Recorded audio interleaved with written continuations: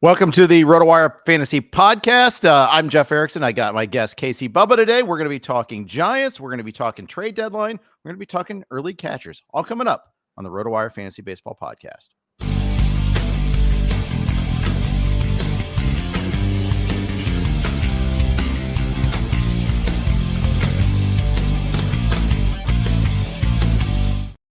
Hey, everybody. Welcome to the RotoWire Fantasy Baseball Podcast. As always, we are brought to you by the good folks at Draftkings and their PickSix app, as well as Homerun Forecast. Today, I'm with Casey Bubba. You can catch him, a.k.a. Bubba, a.k.a. the Benched with Bubba, Bubba Bloom Pod, Fantasy Pros, Baseball HQ. Did I forget anything there? I don't know. It's too much. It's all that's the bottom line. It's too much. You can find me anywhere you find fantasy baseball. I'm probably somewhere around there. Exactly. You'll find him at First Pitch Arizona in November. We'll play some golf. Hopefully it won't conflict with XFL this year, so I get to have my cake and eat it too. The San Francisco Giants. Let's just jump right there because I always associate you as my go-to guy when it comes to the Giants. Either you or Justin Mason, but I want to go with you today. They are 38 and 42, 3.5 games back from the last wild card. It's been an interesting run so far in this muddled NL wildcard race. Yeah, that's the nicest way you can probably put it on a Thursday morning, because it's been put together with duct tape and barbed wire. It feels like everyone's getting hurt. Everyone, we're seeing a lot of players we never thought we'd see this year, and somehow they're 3.5 games out, which seems close, but I'm very pessimistic on this season right now. Yeah, and I think most Giants fans are that way. The first thing I always notice is it's hard for them to find people to take their money, at least at the top end. I mean, they can get that second tier free agent. They can get the Matt Chapman, Jung-Hoo Lee, unfortunately, who's out for the season.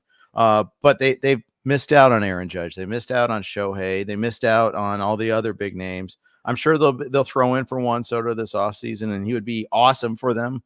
But I'm guessing they're not going to be the favorite to land him either.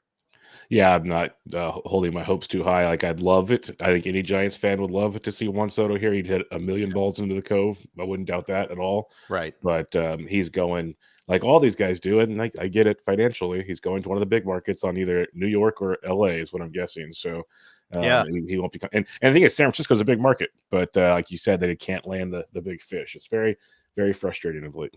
I wonder, do you think the ballpark has something to do with it there, that hitters don't want to challenge that ballpark, or is it something else? Because obviously the market is great. The market size is great. The city is an amazing city. Why are they falling short? That's the $1 million question, because if you think the mid-tier guys would be scared of the ballpark, a Juan Soto and Aaron Judge, there's no ballpark holding them in. It doesn't matter where they're going. And the Judge one was really tough because he's from from Linden over there, kind of in the Fresno area, so he was kind of close to San Francisco. Sure. And that didn't even help. So the big guys shouldn't matter, in my opinion. There's something else under the surface, that it's either a ball club situation or something. I don't know, but it's not good, and I don't see it getting better anytime soon, sadly. No, I don't either. I think maybe being the same division as the Dodgers doesn't help either. Does not help, no. They've got near infinite resources, and they're smart, which is an annoying combination there. But the Giants should be smart too. I mean, everyone thinks that Farhan's great. At least everyone did. I don't know if everybody thinks that now, but I think that was the case at least one point in time. Yeah, I have my In Farhan We Trust shirt in my closet that I bought about 3 years ago that I've worn maybe once since then. Oh, no. No, it's still there. I've worn it the first pitch a couple years ago. I love the guy. I was very optimistic. You mentioned Dodgers are smart. He was one of the cogs in the wheel in LA when it got going, so you figured he would have brought it with him. And there's the problem. I think there's more to it than just Farhan. I think there's the Larry Baer situations. There's some other pieces to the puzzle that aren't allowing them to flourish. Because when the Giants were good in 10, 12, and 14 and 2000, for you young folks out there, it was all their pretty much draft picks. It was Posey, it was Bumgarner, it was Lincecum. That was the big thing. It wasn't a ton of massive free agents. They haven't done it that way in years. So that's the problem. Yeah. So for the uninitiated, what's the Larry Baer situation? I believe he's director of player operations, or I don't know. He's not the general manager, thank goodness, but he seems to have his hands in a lot of situations, and he's in a lot of the press conferences where Farhan is, Larry Baer is not far behind. So I feel like there's kind of a puppetry thing going on in San Francisco. I might just be speaking because I've just been disgruntled for a few years and watching this thing unfold, but it seems like things have gotten worse the more power he has taken over.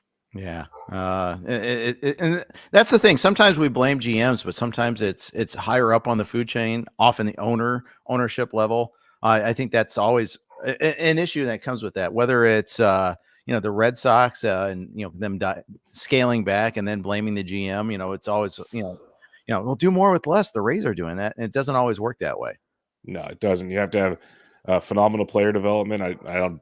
The Giants isn't great, but I don't think it's bad. I think it's probably mid tier, so I wouldn't blame it fully on that. Yeah. Rays are getting the job done in that regard. So it's tough because we see waves of talent come through San Francisco, but like you said, is you need to have that big signing because they have the money to spend and they've shown they're willing to spend it. So if you could put that with the young talent, this team could be pretty darn good. And I don't know if you'll ever catch the Dodgers, but with all these wild cards like we started the conversation with, you don't have to catch the Dodgers anymore. You just got to get there and then just be better than them for 3 or 4 games. Yeah, exactly. Hopefully you're not going to have a modification on that t-shirt that says this did not age well on the back or something like that. But I don't know. We'll see. There's a reason why I don't get too many uniforms and t-shirts there. Yeah, but although I do need to get an LA one. I can't believe I don't have an LA one yet. Yeah, you are like we talked Reds on my show earlier in the preseason, and the way you're talking glowingly about LA, you definitely need. I think that would be great for your XFL supplemental draft, or whatever you're in Arizona. You need a new LA jersey for that draft. Yeah, I think I might. So we'll see what I can do about that. Let's look at the starting pitching rotation. I mean, I think that's where it's particularly challenging this year. I mean, so many injuries, so many false starts. It's a McGyver rotation. This is where the chicken wire and duct tape comes in. But Logan Webb's been fine, but Snell, I think this is his 4th trip to the IL already, and we're still in June. Kyle Harrison's on the IL. Keaton Winn coming back soon. Robbie Ray hasn't gotten started yet. But is going to be coming soon. But meanwhile, they're getting through with all sorts of just modifications, and it's got to be tough. It is tough because that was one of the bright spots to start the year because Harrison looked good early, Keaton Winn looked good early. Like Hicks has been good, but I've even mentioned it on recent shows of mine that he's not getting to 5 innings often because he's striking out more guys, which he wasn't doing earlier, but he's not going deep into games. So it's just taxing bullpen after taxing bullpen day over and over again. Yeah. And it's become difficult. But like you said, there are, resources coming. We saw Hayden Birdsong throw on Wednesday night. How much do we get out of him for the season? Is this like the Harrison situation again, where he looks good early? He's young, but then the league figures him out. We'll see, but he looks pretty good overall. Robbie Ray did make his first rehab start this past Sunday through 2 innings, I believe, in Sacramento. He's still going to need a few, but they're targeting Robbie Ray about a little after the All-Star break, end of July, which would be way ahead of what I expected from Robbie Ray. And Alex Cobb's on the similar path as long as we don't get a millionth setback once again with him. So in reality, we could get a Cobb, Ray, and Snell after the All-Star break in some window. That would be tremendous because like Kruko said on the broadcast Wednesday night, that these young kids just need to help them tread water for like 2 more weeks. And then they might have some help coming. And then you can make a run. You never know. Yeah. And they can do the proverbial, our injured guys coming back is our trade deadline acquisition thing there. But we're going to talk to them a little bit more. Question in the chat on Twitter. Are we talking prospects? It's going to be more of a focus today on the big league level. We'll talk maybe some prospects that could come and go. We'll talk some Giants prospects a little bit. But if you want the True Prospect podcast, that's on Wednesdays with James Anderson. Make sure to tune in for that. And he did a prospect mailbag podcast yesterday. One of the best in business. And you can just tweet at James too, at Real JR Anderson. You get a lot of good stuff from him. So thanks for that question there, Jeff. Let's talk about a couple more things. Logan Webb, is he are we getting the benefit of the bargain right now? Are you getting what you expected out of him? Yeah, and it started off kind of up and down, but he's been electric. He's been, at least considering the rest of the rotation, let's put it that way. He's giving you 7 innings most days. So he's eating innings, which, like I said earlier, these young kids are not helping the bullpen. So he's doing that. He's worn a couple just to get to 7 to help the bullpen out. Yep. He is the epitome of an ace, and he's young. And he's always kind of had that, to me, Matt Cain elk as a former Giant, if you go in that regard. He's getting the strikeouts when he can get them. but more importantly, it's the 7 innings, and the ratios are still pretty strong overall, all things considered, especially with a couple of the rough starts earlier in the year. So yeah, I love what Logan Webb's doing, and he's definitely taken on more of a leadership role, not just in the fantasy role, but in the clubhouse. You've heard him talk a lot more. He's taking these young kids under his wing. Like, he's doing everything as a Giants fan you would hope for, and fantasy managers should be appreciating what he's doing as well. Indeed. We're going to be talking a lot more Giants, but first, got a quick note from one of our sponsors, our good friends at Draftkings. And their PickSix app. Did you ever play the over-under game with your friends? You know, I think I can eat that slice of pizza in under 30 seconds, or I know it'll take over a minute to down that 2-liter. If you have, then you're going to love PickSix, the new fantasy game from Draftkings. Here's how to play during baseball season. Pick between 2 and 6 players and choose if they have more or less of a stat, like runs, hits, strikeouts, and more. Track your picks and play against others for a shot to win huge cash prizes. That's all there is to it. Download the new DraftKings PickSix app and use code RWPicks. New customers play $5 and get 50 in PickSix credits. That's code RWPicks for new customers to play $5 and get 50 in PickSix credits only on DraftKings PickSix. The crown is yours. 1 per new customer. Non-withdrawal PickSix credits expire in 6 months. Limited time offer. Gambling problem? Call 1-800-GAMBLER. 18 plus in most eligible states. Not available in all states, including New York and Connecticut. Eligibility and restrictions apply. Void where prohibited. See terms at picksix.draftkings.com/promos. All right. I'm here with Casey, Bubba, and the dogs like that one. They're big 6 pick players there. But let's talk about something that has gone right for them. That's Heliot Ramos. Not the biggest prospect coming into the season for the Giants, but the one that's come through the most right now. Yeah, he's been outstanding. It's one of those things. We'll talk about the other one that people are talking about in a bit, but Heliot Ramos was a big prospect at one point, and then in recent years kind of fizzled out to some. And then I laugh, he fizzles out because he's 24 years old. It was a tough term for me, and he's come on and looked great. His hit tool's phenomenal. He's striking out a little more. The thing that scares me is, and things people will point to a ton, a lot of chasing out of the zone. A lot of swing and miss in that regard. But he also, I think he's almost too patient at times also, which is weird to say with what I just said about swinging too much, because he walks a ton. Like, he walks a lot. So he's a good young hitter that just continues to get better. And he's also playing great defense, which was one thing people didn't expect out of him, which has kept him with the Giants and kept him, like, he's played every position in the outfield, basically. Yeah. So I love what we're getting from Heliot Ramos. Yeah. And the funny thing is, if it weren't for injuries to Jung-Hoo Lee and, Luis Matos struggling both offensively and defensively, Ramos might not have gotten that full-fledged opportunity. I mean, they had Slater, they have Yastrzemski, they have Conforto, they have Soler. Doesn't really play the field that much, but they had all these guys in front of him. Yet he found, nature found a way.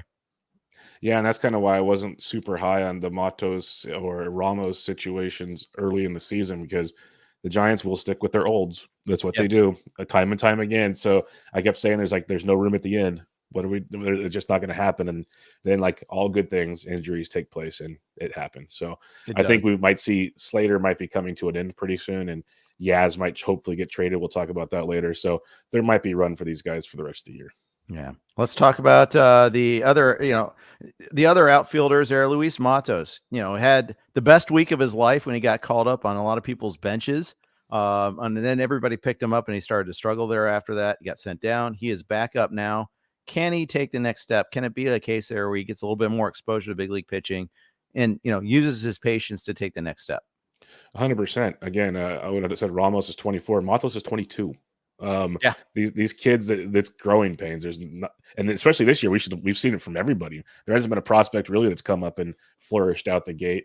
Matos went back to AAA, started hitting again just fine. Had another week in AAA similar to that week you mentioned on everybody's bench with the Giants. Got the call back up. He strikes out less than 10% in the majors in both stints he's had, which is beautiful to see. He has Gold Glove level defense that will get him starts in center field. And I think initially Ramos is going to be the more power driven guy, but Matos has plenty as well. Matos will run more. I think we're going to get to see a bunch of them in the second half, and both will bring some fantasy viability that'll, especially in the 5 outfield leagues, will be pretty nice. Do you think it'll be more like Matos in center and Ramos in right? Is that how they're going to play that? Yeah, Ramos will be right or left, depends on where they want to put Conforto, Mm-hmm. and if he's even on the field, because it's been a couple weeks. Porto. Yeah. Yeah, Matos should be the everyday center fielder, and that's why many thought Ramos would go back down initially and Matos would stay, but Ramos has played center fine. So ideally, though, Matos center, Ramos in the corner infield or corner outfield. Oh, another player that's worked out pretty well this year is Patrick Bailey. If you look at what he's done in the leap from year 1 to year 2, it's been an impressive growth at the plate. And considering he was a guy that he also made a splash in his first couple of weeks in the bigs at the plate and then faded a little bit pretty hard at the end of the year last year. But he's looking every bit the part of someone who could be a lineup regular, which, in contrast to Joey Bart and how everybody expected him to develop, it's a pleasant surprise to see this. It is, because the Joey Bart was supposed to be the next Buster Posey, did not pan out very well. Bailey's kind of turning into the next Buster Posey, weirdly enough. That it's going to never happen, but you know what I'm trying to say.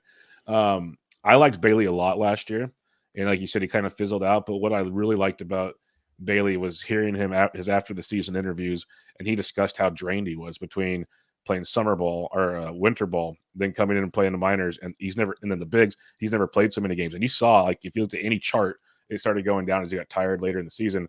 But the Giants wanted to stretch him out to get him ready for the future, and it's showcasing now. He's a switch hitter, amazing defense. People look at the Giants can't stop a base stealer. That's on the pitchers, folks. It is not on Patrick Bailey. I remember that last year. Yeah, I remember he's phenomenal in that regard. Yeah. So I love Patrick Bailey, and it was one of those preseason things where he was free in drafts. No one wanted Patrick Bailey, and it was one of those, if you're stuck looking for a late catcher too, it was really, really nice. He was free in late April. I mean, he was free, wild. Especially in 12s. Even in 15s, you could often find him. I used him as my Bo Naylor replacement in one case there. Smart move. We all had to. We'll get to that in a minute, but yes, we will. Yes, we will, unfortunately. All right, Giants, buyers or sellers at the trade deadline? What do you think? The realist in me is hoping sellers, but this team always does this. Like, they've won already 2 in a row against the Cubs. They'll find a way to be within like 2 or 3 games still, and they'll convince everybody, like you said, oh, we got these 3 pitchers coming back, and we got all these things, and they'll go trade for like 2 relievers because our bullpen's taxed. And then in September, they'll be 12 games out, and it'll be rinse and repeat. That's kind of where I'm seeing it going. I hope they sell, though. I really like trade Yastrzemski, trade anybody outside of like the big prospects, and see what happens. Yeah. But that, like the Blue Jays, that almost means that your philosophy in building your team went wrong. And then it leads to GMs wondering about their job. And are they going to trust, Farhan with the rebuild after he's done the build that didn't work? That's the tough part there. Nope. 100%. And Farhan, his leash is short right now. So it'd be tough for him to force a rebuild, like you're saying. Yeah. We might see Hayden Birdsong soon. In fact, we saw him last night. That's right. And he did not get the decision, but he's one of their top prospects. He looked good. Yeah, they got Birdsong and Whisenhunt, who you might see making a bigger impact in the short run here, or I should say in the long run. But what else is coming? Do they have any other like top prospects that we should be on the lookout for? Yeah, but they're a little ways away still. Eldridge has been moved up to AA now, I believe. He was crushing single A. Very, very talented bat to look for there. And they have a couple other guys, young pitchers. Bednar just came up to, I believe he's in AA now too. Maybe got the call to AAA recently. I know he moved levels. Most of these guys are a little ways away, though. They're probably another year or so from happening. But I'm very excited about Eldridge. This kid can hit, and it could be a future corner infielder for the Giants that they really, really need. Yeah, they do need that. It didn't work out. Who's the shortstop? Luciano is the shortstop. That's not working out at all. That's been bad. This prospect class, and maybe I considered, and maybe I was premature in saying that Matos was in that class of slightly disappointing Giants prospects that they kind of rivaled the Padres for a while in terms of a farm system, and it just didn't really work out the way they expected. Yeah, I'll never forget that first pitch Arizona 2 years ago, home run derby, behind home plate, sitting next to James Anderson, and we're just, talking about whatever. It's what we do at first pitches, and I said, hey, shoot me straight, because I've had him on my show a dozen times. We've talked many times, and as a couple years ago, like you said, this Giants prospect group was top 5 in all of baseball, everywhere you looked. I said, it's bad, James. Tell me how bad. He's all, it's not getting any better either. Like basically it's done. You're going to get maybe one guy out of this, and he's been dead on as usual. And it's been when he said those words is when I really just turned the switch off and walked away. Oh no. No, because like you said, it was so promising. Like we had this whole thing going, we had all this money coming up, and then boom, went the dynamite.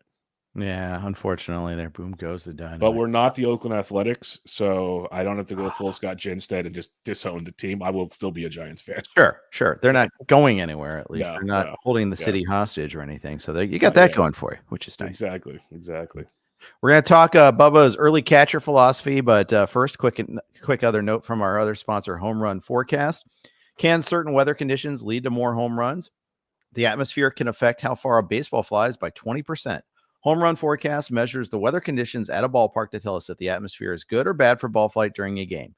An index value that rates the air is created for each game and ballpark and is displayed on a scale from 1 to 10. Homerun Forecast premium site offers index values by the hour for each game. 24-hour forecast, wind direction and speed, and even whether the roof will be open at certain stadiums. Homerun Forecast is offering a special for the start of the baseball season. You can get access to the premium site for the entire season for only $28, a savings of nearly 30%.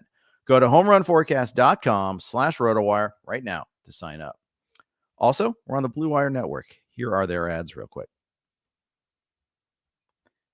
Thank you for that brief pause. If you're streaming with us live, and if you're listening to us on podcast, thanks for listening to Blue Wire's ads. We do appreciate them, and we appreciate you. I am Jeff Erickson. I'm here with Casey Bubba. You can catch him on Twitter at Casey Bubba.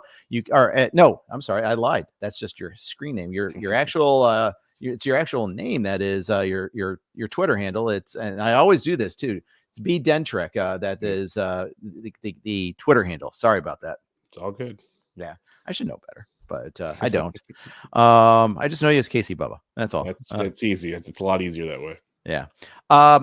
When I was listening to you and Ryan this offseason, and I listened to like your live stream of the mixed labor draft that we did, you were an advocate for drafting catchers early, at least getting that one of those top catchers.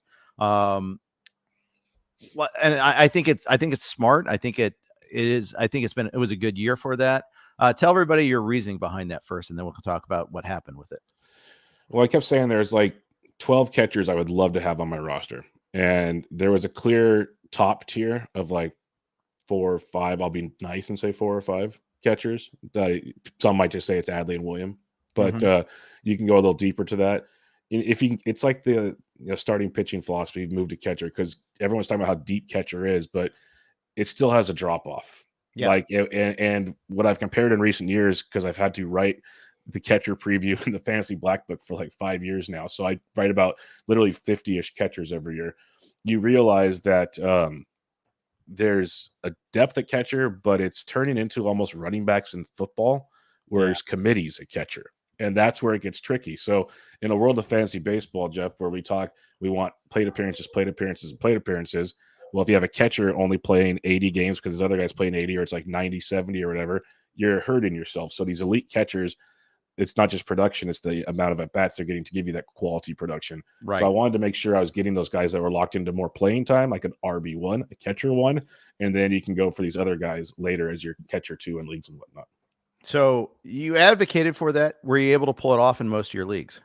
Most, but this is the problem, is you probably find out doing so much work that people hear, read, and whatnot, is they know your strategies. So people in drafts with me were picking me off from time to time, which would make things fun.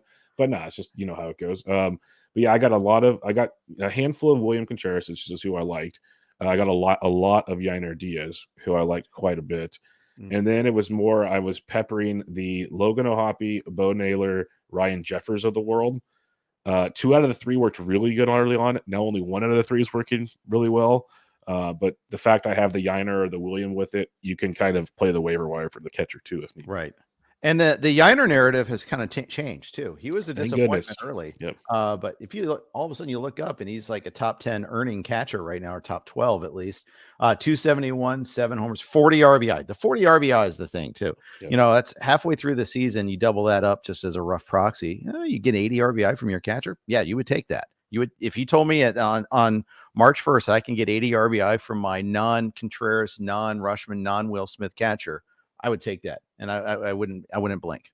100%. And it's the old narrative. People said, well, if you take catcher early, what are you passing on? Because maybe there's an elite outfielder or this or that. But, Mhm. as we know, that the player pool is getting deep, and these elite catchers do separate you from the pack when they produce the way they are right now. Yeah. And it's a caveat here, too, is we're talking 2 catcher leagues for the most part. Yes. And yes. a 1 catcher league, I think the philosophy changes quite a bit. Yes. But although maybe it doesn't. I mean, maybe some people have experience doing well with an elite catcher and 1 catcher leagues. I only play in like 1 or 2 1 catcher leagues every year at most. I don't think I play in any, actually, now that I think about it. When you mentioned that, I've heard people say both sides of that, as you said. It makes the elite catcher even more valuable because they can separate themselves from the pack more.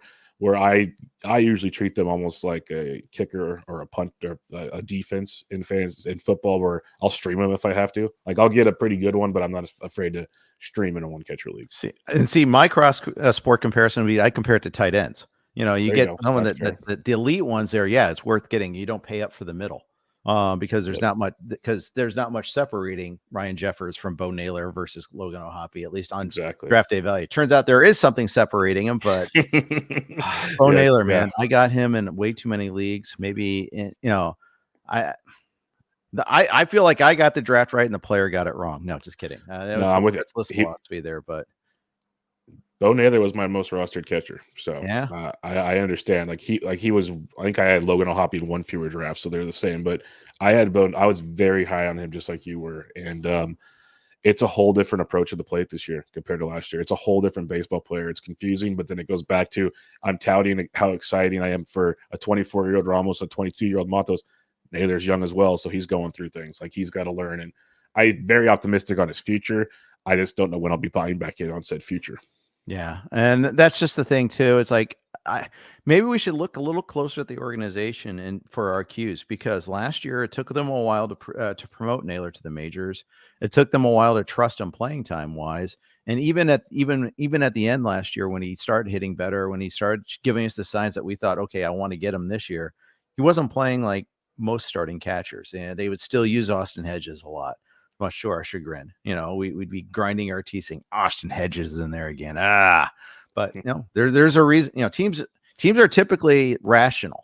They do what is best for them, and sometimes we kind of think about what should be and how we insert our judgment in place of theirs. Occasionally, with like the paste-eating Rockies, it's true, we are smarter than them. But in most cases, though, it's like, come on, there's stuff more to the story that we don't realize usually. Yeah, and like you said, is they're playing for real baseball, and we're just fantasy guys having fun, hoping for the best production possible. Austin Hedges is a really good defensive catcher, and they have a good pitching staff and a young pitching staff. It makes sense on paper, like you're saying, looking at hindsight, looking back at it. But it's just frustrating knowing that they're 2 different we thought they were 2 different offensive players. Maybe they're closer than we thought. But that's a good point on the Guardians there. So overall, would you do this again? Would you continue to advocate for early catchers? Or are you going to continue to add them next year? Oh, 100%. Like, that's just been my philosophy for a while. It's like Toby has pocket aces. I've always been a get your catcher early type guy, at least one of them. I've never been in DCs or draft and old formats. I get 2 because those 2 guys are so valuable out the gate.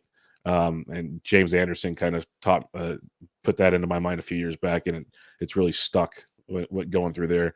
So I'm still a big get your catcher, because it's just what like William and Adley and those guys are doing is game changing at the position and sets you up so nicely.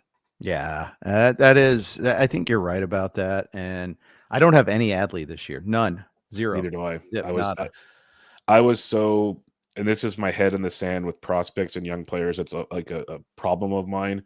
Adley and this hurts to say Gunnar Henderson are not on any of my rosters. I was just bullish on both of them going forward this year. Yeah, I have Gunnar too. One of them is a second chance league, though, so that doesn't even really count because we drafted on May 1st. And I've been lamenting all year about taking Lindor and Alonso over Gunnar at the turn in the main event. I mean, fortunately, the narrative's changed a little bit, that Lindor's hitting really well right now. Alonso's woken up, but it's going to be a long way before they could catch Gunnar. And it's not like Gunnar's remaining static and they're just reaching to catch him. He's still pulling.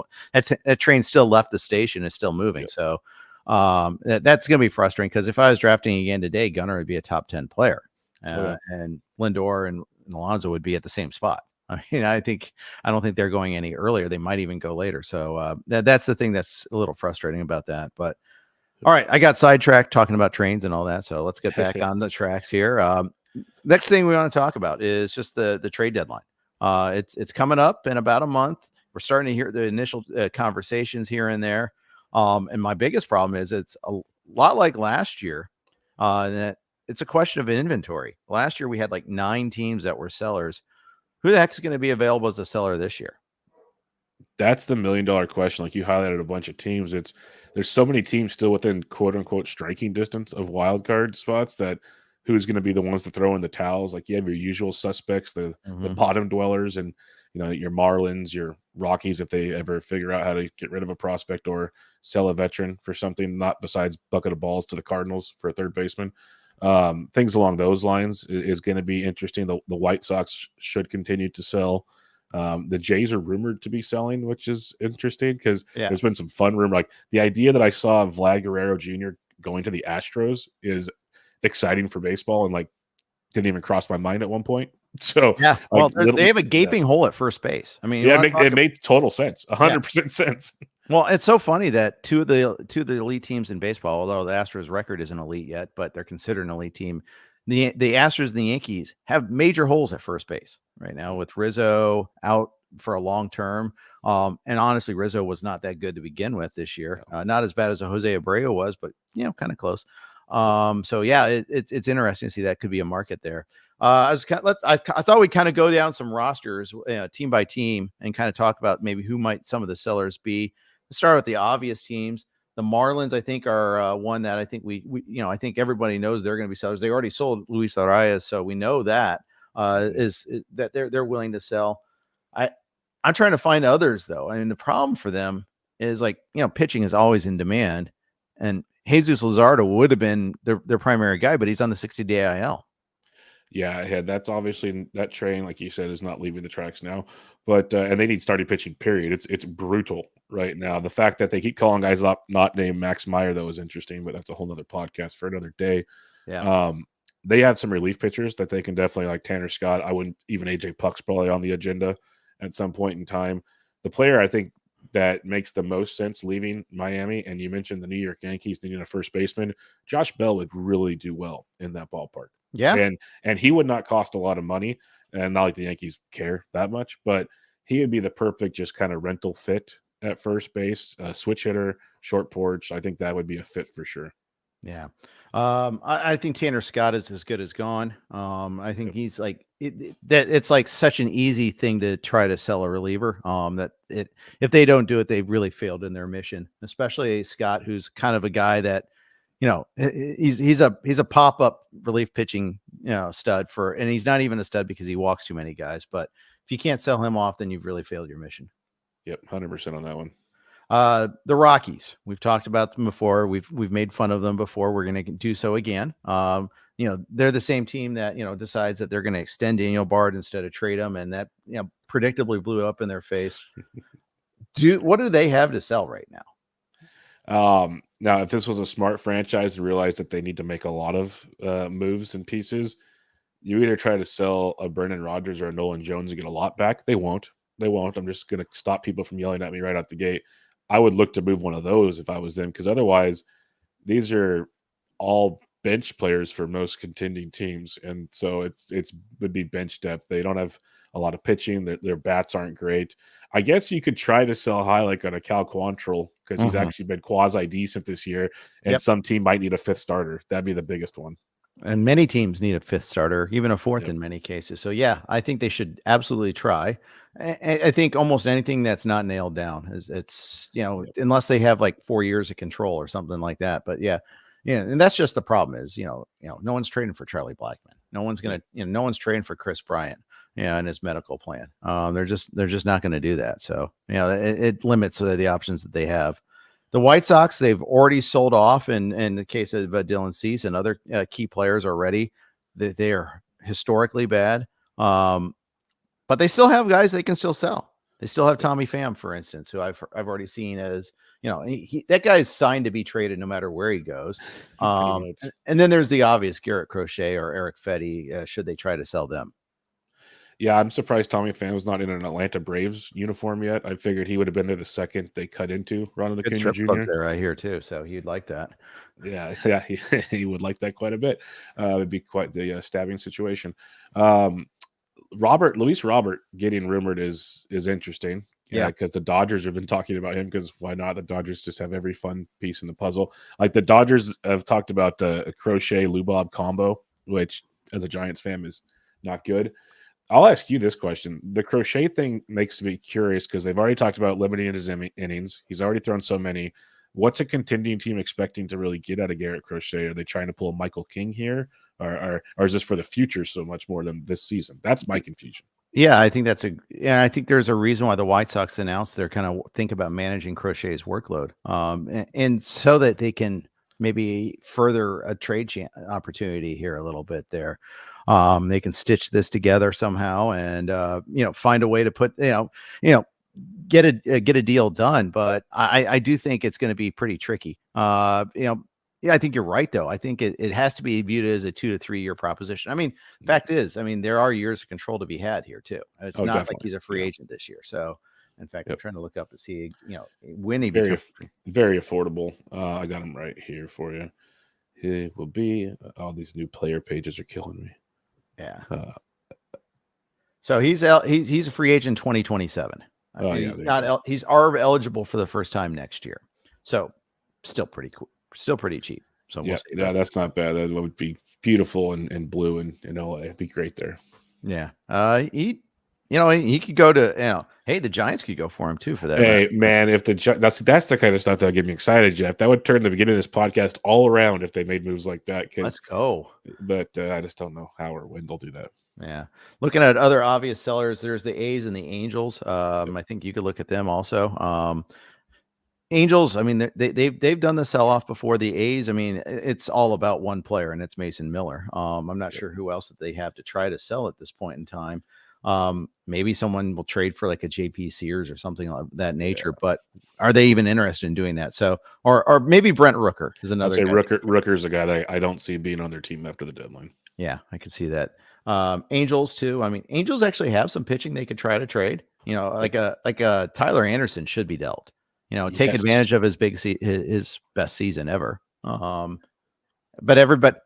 front offices get baseball prospectus and fan graphs and Savant too. So they know. They're smarter than us. Yeah, no. They might be. They may even have their own proprietary metrics. Who knows? I've heard rumors. No. Rockies don't, obviously. No, the Rockies, it gets lost in the altitude. Yeah. But they've got their own algorithm. It goes up in smoke. Yeah. Nice. So that's pretty much the extent of the obvious sellers. Now, I think the interesting part is who's going to join the ranks of the sellers, who's going to fall off, or who's going to see it as a arbitrage situation there where there's not that many sellers, so they want to jump in and try to maybe take advantage of the market. I think that's the more interesting question. 100%. And that's teams like we've already mentioned. Toronto's already kind of hinting at it, which would be one. And they have some big pieces, unlike those down teams we were talking about. Toronto's can actually make some splashes and bring some return for their future. And that's called smart baseball. It's annoying for fans, but that would be good. The Washington Nationals actually have more pieces I think people give them credit for. And that could be fun. Like everyone mentions Finnegan. That makes sense. It wasn't too long ago where the Nats traded multiple relievers in 1 year, so Harvey could go too if all is said and done. But they have some younger bats that they can maybe try to make some moves for and deal out there. Like Jesse Winker's hot, get him out of here while you can. Stuff like that. The Nats could be a surprising team as well. Then, Pittsburgh's always a confusing one because Pittsburgh should have traded David Bednar years ago and they still haven't. So I don't know. Right. Well, and the thing is, Pittsburgh's, they're in the race. They're 2.5 games out in the wild card. They just took 2 out of 3 from the Reds. They've got this fun young rotation. Although we got news today that Jared Jones isn't going to pitch this week. They're going to, skip him this week. I don't know if that's just a, rest sort of thing or if there's really something wrong. I know his performance has dropped off a little lately. So they'll be one of those linchpin teams too. Yeah, and that's what worried me with Jones's last few starts. You've seen some things changing between velocity and just overall performance. Control has been off for Jones, but that's a different situation. But they're interesting, and just you kind of go and look at teams like that, like your Reds, like they're in it. Do you Our believe Reds? Yes. Our Reds, yes. I trust me. We've talked about that. I love some Reds, but even the Cubs, like they're good, but they have some massive holes. So there's a lot of these teams that, given the right offer, a good front office needs to just, I think, suck it up and be like, hey, this is the way to do things. Go get a couple prospects, because the Cubs made moves like Pete Crow Armstrong's young. I've watched him hit all week so far, and I haven't been very optimistic at that approach, but he's young. Things can change. So these teams are the ones that are close now. A move or two this year could help for the future type of story. I bet the Cubs would make Drew Smiley available. I hear he's really good at bringing in the ninth inning against a couple of the good right-handed hitters. I thought he was great. I think he did a phenomenal job in that game. So, yeah. I get it. It was the Willie Mays game and all that, but my God, give Justin Steele a break here. 0 wins so far. Holy cow. I'm with you on the Steele train, and I'm just going to let you know, myself and Ryan, we appreciate your struggling with the Winn tweets, because Ryan and I text back and forth about our anger with the Winn category, because it's been so bad. And then you started tweeting about it recently, and then we've been enjoying you jumping into the party, because it's been very frustrating this season. Yeah, axe the save while we're at it too, but I don't know. It was frustrating. I had 5 pitchers on Monday leave with the win in the main event. 5 starting pitchers going, all left with the lead. One of them was matchup against each other in the case of Houck versus Bassett. I got 1 win to show for it there, and it's Tanner Bybee of all people against the Orioles. Had amazing ratios and all that, but it was really frustrating. Bullpen after bullpen after bullpen, coughing it up. And then, of course, Tyler Anderson just gacks all over the place the next day and still gets a win. So that just shows how fair life is. Yeah, that's why I laughed. Like, I had Kevin Gossman go, and he struggled through 3 or 4 runs and still got the win. And I'm with you. I'd Steele the night before and some other guys, and you're just banging your head against the wall every day trying to figure this one out. Yeah, exactly. It really is. It's super challenging there. Tangentially to our conversation, Keith asked, what's the outlook for Luis Robert Jr. the rest of the way? He has struggled since coming back from the IL. I think he's a quick pickup if he is dropped in your league. I saw he has been dropped in some leagues. I think it's just a matter of time. I'm with you. He's young. When he's been healthy, that could be a thing. I don't know if he's healthy, if they rush him back, what it is. But when healthy, Luis Roberts very, very good, and you should be very happy if he's available on your waiver wire right now. Yeah, especially given the state of outfielders in baseball right now. 100%. There's a lot of good streaming options for 4th and 5th outfielders, but elite outfielders not very good. Yeah, even in a 10-teamer, I'd snap him up real quick. 100%. Yep. And I'm in a 15-teamer and be like a manna from heaven, because right now I'm rostering. We lost Stanton in the main, so we've got Mitch Haniger, who hasn't played yet this week. We got Colton Cowser, who's not getting as many starts. We got Adam Duvall, who's not getting as many starts. That storyline seems to be coming to a nasty end. I'm going to be in the market for outfielders this week, and it's going to be pretty ugly. Yeah, when Ramon Laureano takes your playing time, that's when you're kind of like, yep, this might be the end of the road, folks. That's not good. So. And the direct correlation to when Acuna got hurt and Duvall hitting worse, because we picked him up too exactly at that time. Got a homer on the very first day after that we picked him up, and it's like, okay, it's like 2021 all over again. And then we realized why he's been bouncing around between teams after that. So it has not been like 2021, narrator. But yeah, it's the frustrating part with some of those bats, because you see that optimism and Soler's like been good this year. He's better than Duvall, but it's the same thing. Where's the 40 home run Soler? Like, with all this stuff, we get those one season with these guys, and Duvall's given a great example of that as well. Yeah, that's another Giants signing too. It's like you settle for the second tier guy, and he'll have his hot streak at some point in time. But that's the thing. And talk about a guy who is a tough sign, because he doesn't add any defensive value whatsoever. No. You're kind of pigeonholed there into like what he can contribute to a team, and then you put him in a ballpark where his power doesn't play as well. It's kind of annoying. It is, and he really struggled early. He's at least hitting like 285 in June, so he's showing some signs of life of making good contact now. He needs to figure out how to put the ball over the fence again. That'd be pretty nice. Exactly. Do you have any strategies that you do in advance of the trade deadline? Anything you recommend to people as you start to see the trade rumors go and all that? Is there anything that you like to do around trade deadline time? It all depends. Like, with all the injuries this year, it's tricky, but if you can stash, this is the time to stash. So if you can speculate, say you are a team that needs saves, like if you don't need saves, don't force the handle. But if you need saves, start looking at the teams we talked about. Like, The Marlins might not win more than 10 more games, but who's going to take over from Tanner Scott and kind of go down like Hunter Harvey's a phenomenal pickup right now if you're in that boat. Situations like that. And then also go and look at some of these teams, like, say, the Jays. Say they do trade Vlad or Bichette. These are big ifs. But, like, who are these guys you get for $1 now? Go to some other teams and look like if the White Sox, it's pretty barren in those cabinets. But just, somebody's going to get a chance. Somebody benefits from all this. So look at that angle. Yeah.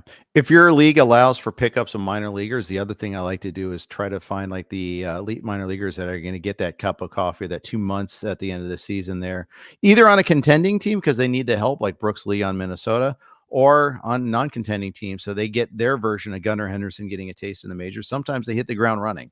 And if you can get them before they get the call, it's a whole lot more affordable. Tout Wars, you can do that.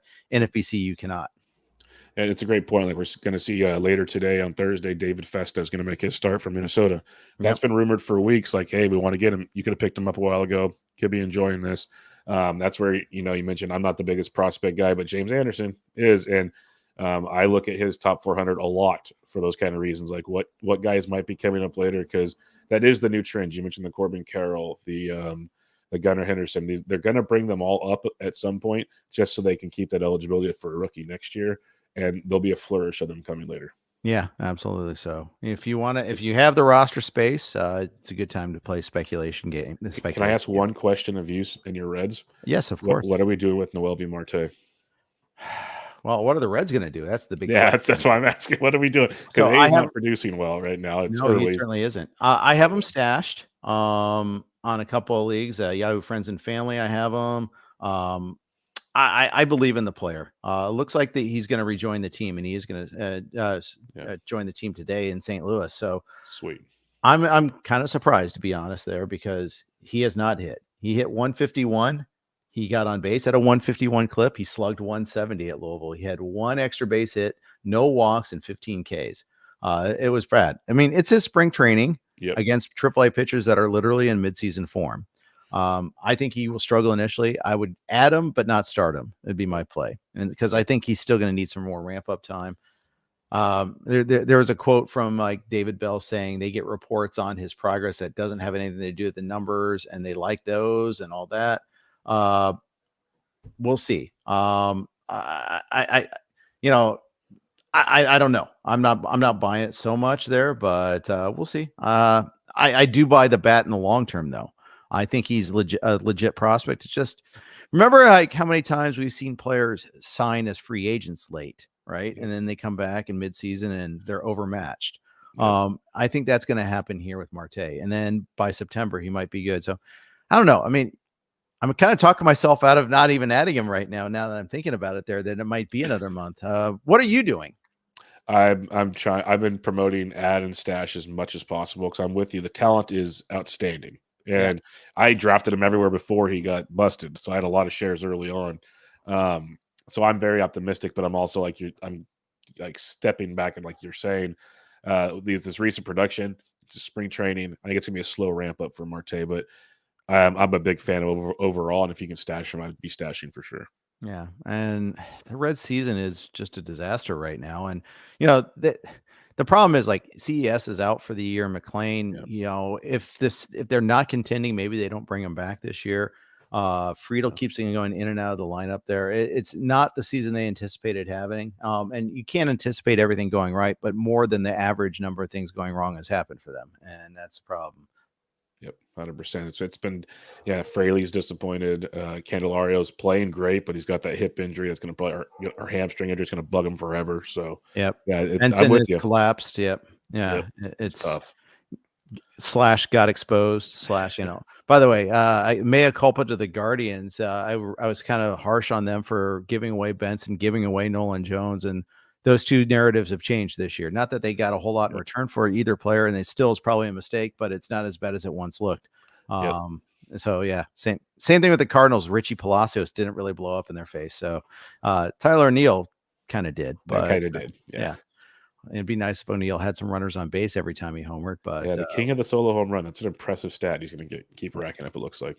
don't think I can blame him though necessarily. I think a lot of times it's who's on base in front of him, but It that's doesn't help another. that Rafael Devers is in front of him cleaning up the bases too, so that makes things tricky. Absolutely. That's a whole nother podcast. Yeah. But rumor has it you do those. Tell everybody when they can hear all your podcasts.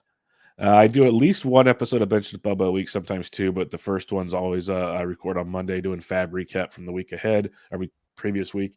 And then Tuesday night and Thursday night live streamed and then coming out to your ears on Wednesday and Friday. Bubba in the Bloom with myself and Ryan Bloomfield from Baseball HQ. It's been a great project. We started when we first met at First Pitch Arizona about 3 years ago, and we just kind of sat down at the bar and discussed it and built that. And it's been awesome and keeps growing, and we have ideas for the future with that. So check those out. And I got a million other things. So just follow me on Twitter at BDNtrick, and you'll get the goodies there. Yep, absolutely. And you guys have great chemistry together there. I think it's you're a fun listen, so I love listening to you guys.